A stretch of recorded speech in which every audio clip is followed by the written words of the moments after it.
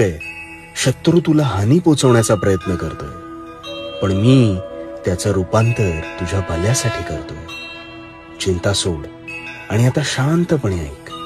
मनातील सर्व इच्छा ह्या पूर्ण होतील. नियतीनुसार इथे हिसकावून खाणारा कधीच सुखी होत नाही आणि वाटून खाणारा हा कधीच दुःखी होत नाही.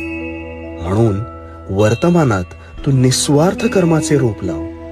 कोणाच्या आशेवर अथवा मदतीला अवलंबून राहू नकोस, कारण त्या रोपावर येणाऱ्या फळावर अधिकार हा फक्त आणि फक्त तुझाच असेल. कर्म शुद्ध ठेव आणि हो, भिवू नकोस, कारण मी तुझ्या पाठीशी आहे. भिवू नकोस, मी तुझ्या पाठीशी आहे.